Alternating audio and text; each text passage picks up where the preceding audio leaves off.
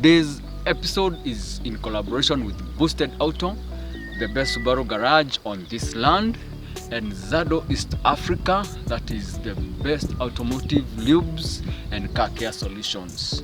Welcome on board. Thank you so much. We are here today to do a review of the two vehicles that are before us today. And like we heard from the intro, there has been so many stories about, Subaru becoming a Toyota, Subaru merging Toyota, and maybe changing everything in terms of appearance and maybe in terms of performance. Having said that, I would say before us on the left is the 2014 Subaru Forester SJ5, and on the right is the same Subaru 2014 SJG. We shall see the difference of these two machines as we progress. I'll start with this one. This one is the 2014 SJ5. It's the non-turbo. This particular car, they come in three different trims. The very basic trim, then the moderate trim, and then the elegant trim, which is called the touring. So we have got the premium, we have got the limited, then we have got the touring, which is this. This is, I think, the most elegant in this model. This is the non-turbo. I think we shall try to look at the difference from exterior. If you look at the two cars, this one has got a more aggressive look. When you look at it, I think you'll see it has the running lights. It has, it has some kind of a port or a chamber here, unlike this one. So this is that is the only difference on how to look for the non-turbo, to differentiate between the turbo and the non-turbo. People are used to having a hood scoop to differentiate the two. Well, things change, and I'll tell you the reason as why we do not have a hood scoop on this one, and yet it is a turbo. The XT, people are used to calling this one Nataka Forester XT. This is what they mean, Forester XT. Some will tell you Nataka Forester XT even when they mean this. You see, at the back it has the XT, ikona imeandikwa XT pale nyuma. That means it's a turbo. The moment umeona imeandikwa hapo nyuma XT, that is the turbo. Although that does not mean that this Subaru is called the XT. No, even the ones before this, even all the other Subarus before this, they were XTs as long as it is a turbo. So mtu atakwambia nataka Forester XT, anamaanisha anataka hii.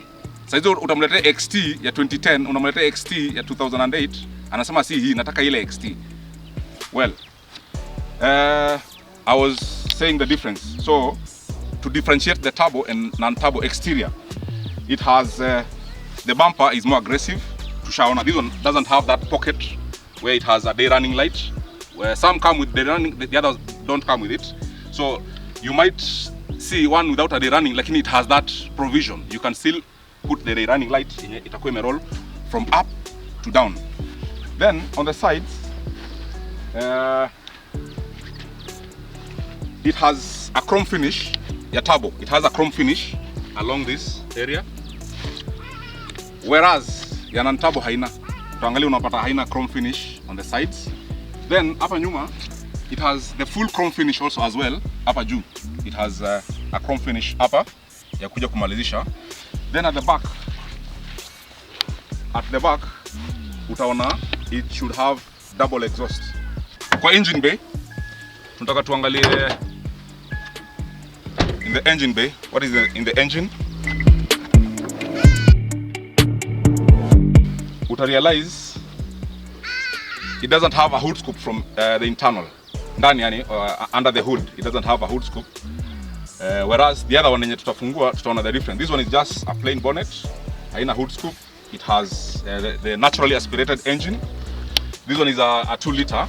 The engine they upgraded. The outgoing model ilikuwa na EJ. The outgoing model had an EJ engine, but this 2014 model zilikuja na FA for the turbo and FB for the non-turbo. So this one is an FB. kuna FB20, kuna FB25. So this particular one is an FB20, meaning it is a naturally aspirated engine. When you go to the turbo, tukuje tuangalia turbo hapa. So this is the hood scoop that has been replaced but underneath. Badala ya kuwa nje, iko chini na ina serve the same purpose that it served initially. Well, I'll come to the reasons as to why it doesn't have a hood scoop on the top na iko ndani. Subaru wali increase size ya gari just to compete with the other SUVs, unlike the other outgoing models of Subaru before. So this car, ukiangalia clearance yake from chini kuja mpaka juu, it is a bit up as compared to the other outgoing models. Subaru decided gari shapanda juu, and like we've seen, there is so much space. There is so much space left between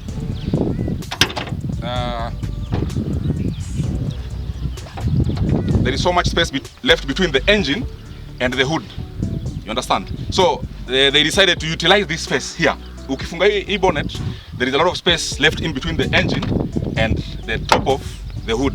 So they decided, why can't we just utilize tuweke hood scoop ndani ikae any other SUV huko nje. They were growing bigger and bigger, leaving the Subaru ikiwa ndogo. So you ask yourself, ama you wonder, is this an SUV ama ni gari ndogo? So Subaru also had to go that way. Number two, tunakuja hapa some changes on the body size, on the body sideways. The A pillar imesukuma mbele kidogo by around 8 inches hapa.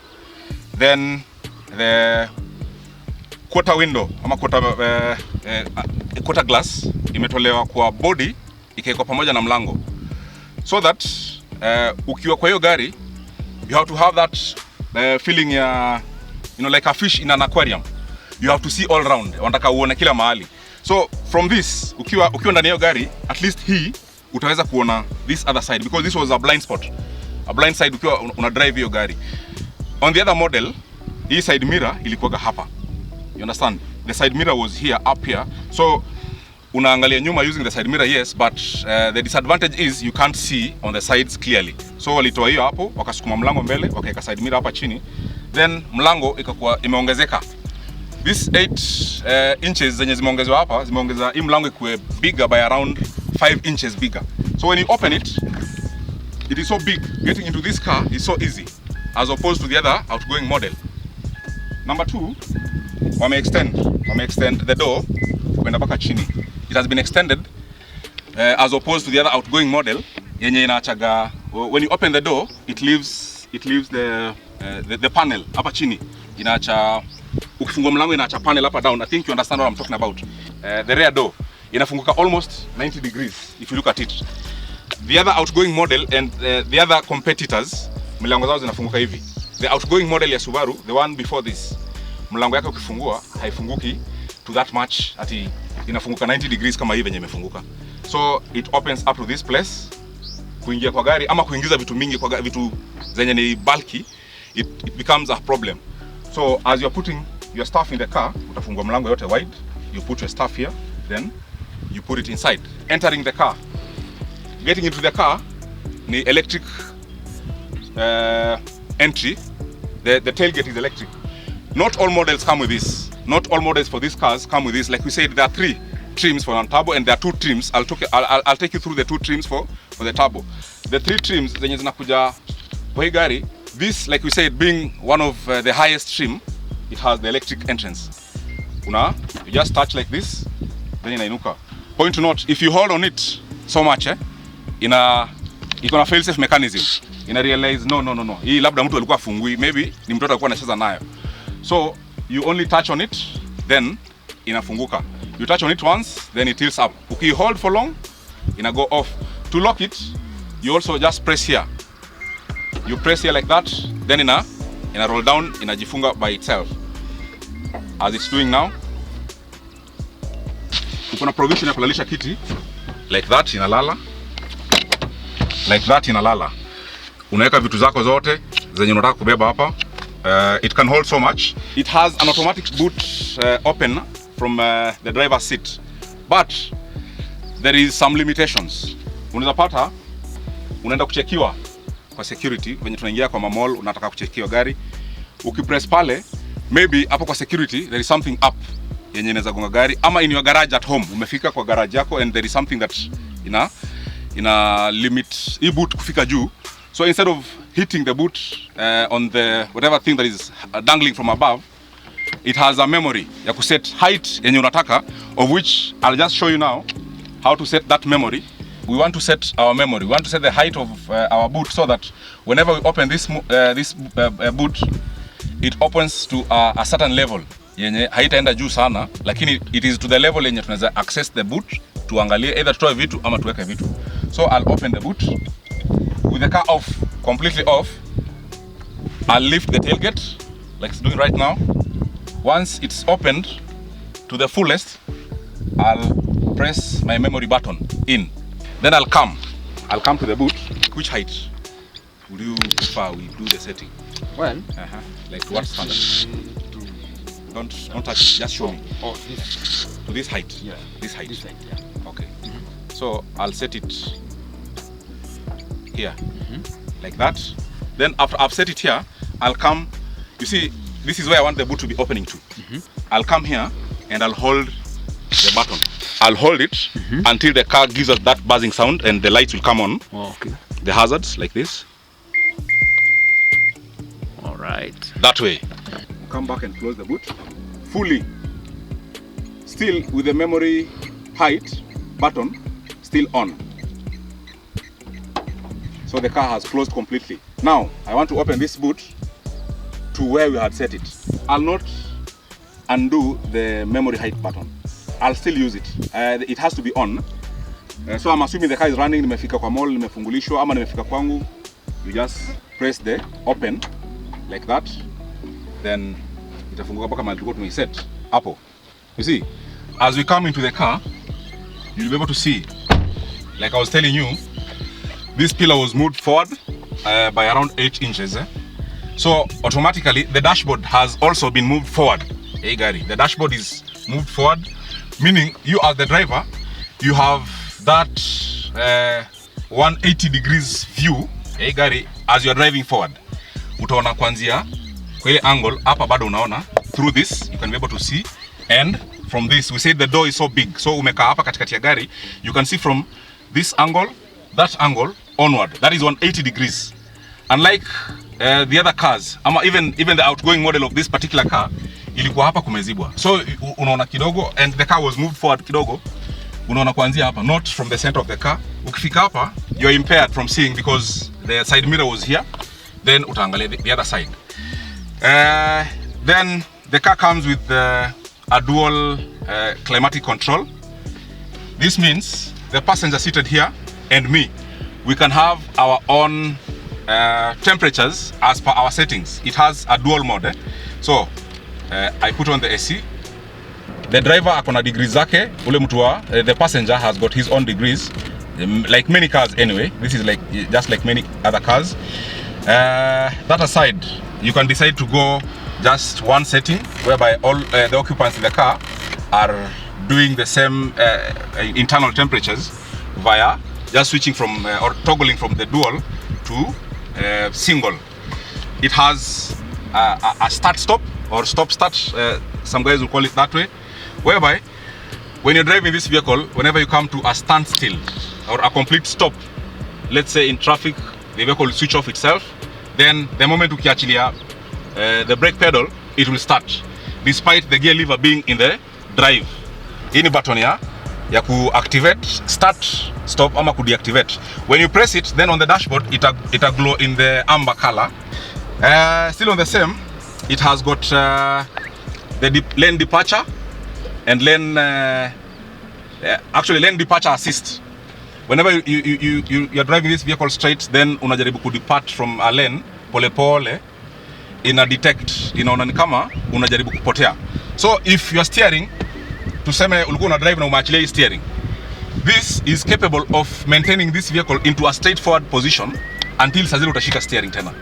Uko kwa, let's say uko kwa barabara una drive in between lanes na una move forward, then umeachilia steering, ina assume umesinzia. The vehicle thinks by itself that umesinzia, so unajaribu kupoteza lane, it will indicate, itakupigia a buzzer, but if your hands are not on the steering, the vehicle will drive in a straight forward position by itself. Itaenda hivi, alafu itajicorrect, because it is electric steering. It will return the vehicle to the straight forward position. But kama umeshikilia steering, it will just warn you that you are departing from lane, then it will assume indeed you are actually changing lanes. This is called the X mode.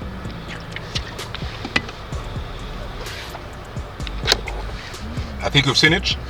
That is the X mode. Now, I think we shall need to do this practical. We shall need to do this practical so that we understand how this X mode really works on this new generation Subaru Forester. The X mode purpose yake ina serve two main purposes. One, the main one is for the hill descent. Whenever you're descending on a rocky hill, supposing you're descending down on a rocky hill, as you may see, it is actually in action, and the vehicle is not rolling down by you see it has braked, it is actually braking. Then it is showing us the distribution of power to each wheel. If I try to go this side for a wheel to slip, it is actually holding brakes there, it is engaging brakes. It has, as you may see, the moment you see yellow, it turns yellow there, it shows you it is actually braking the vehicle fully. And this is what we're doing now. We're still rolling down. If you look at the clock and the hill down, look at the speedometer, you see the speed we are rolling at, and looking down the hill, we're actually rolling down slowly as it is. And look at my feet down here, the vehicle is doing itself. Now I want to deactivate it, then you see how the vehicle will roll down like a stone. Deactivated the sport, whatever, the X mode. You see the way the vehicle is rolling down. I have activated it. It has continued that speed now, but a little bit. It is now holding brakes for itself. That is it. You can roll it. You can roll it back automatically, or venye utataka, it will roll back. Then unaweza funga, just like many other cars. This is not a new thing. Even on the outgoing model, they had this, although smaller, slightly smaller than this. Then you can shut it off completely, and that is it. Tukuja nje. Now, one more safety feature about this car is the keyless entry that I didn't talk about it in the introduction.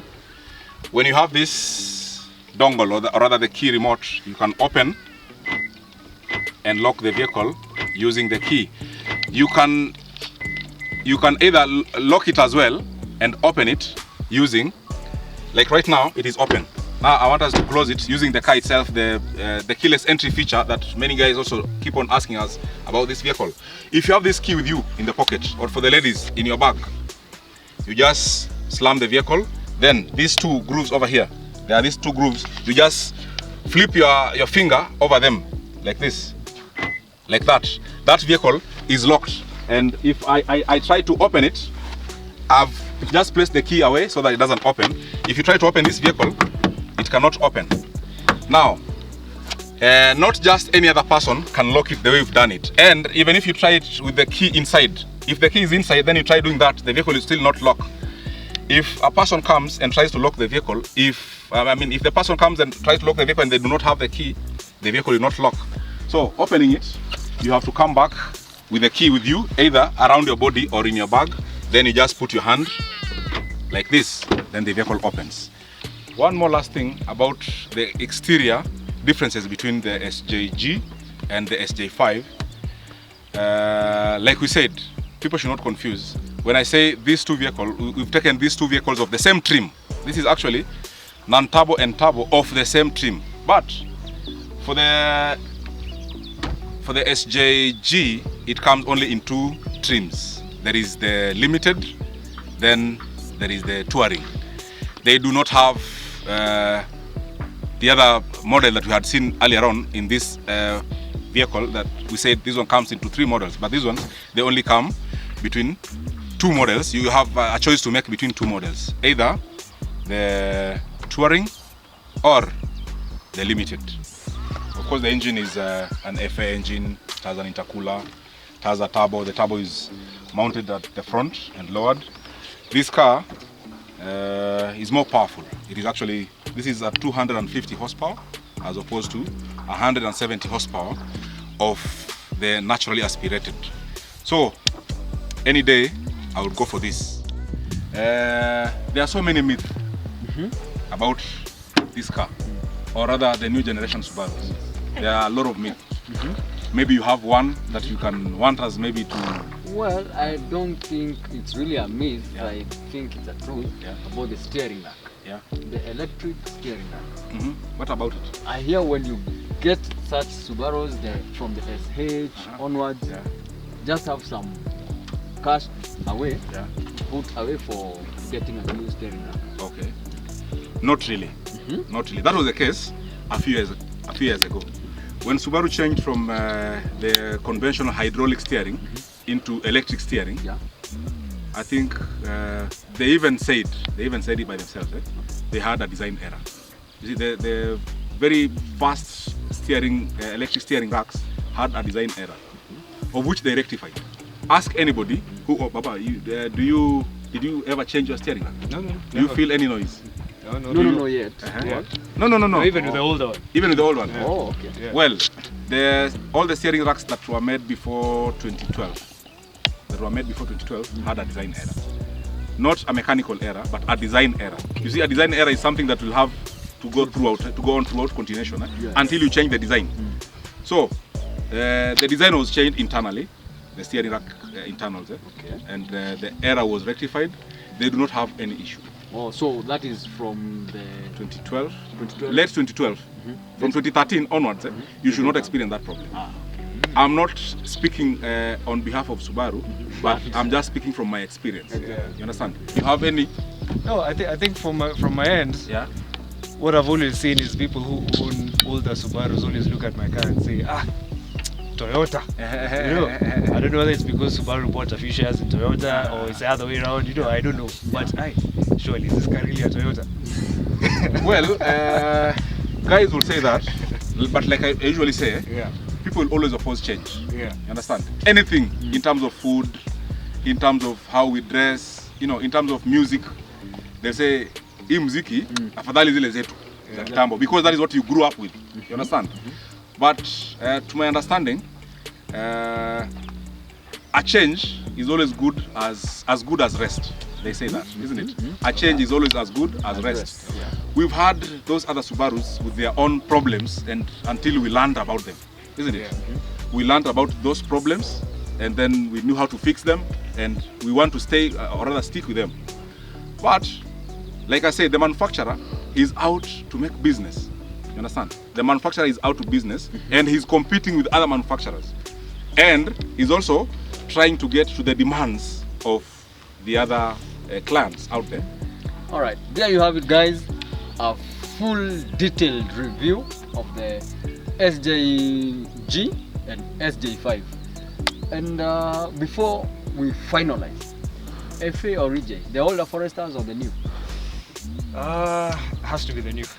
Has to be. For you? Anything new for me. Anything new.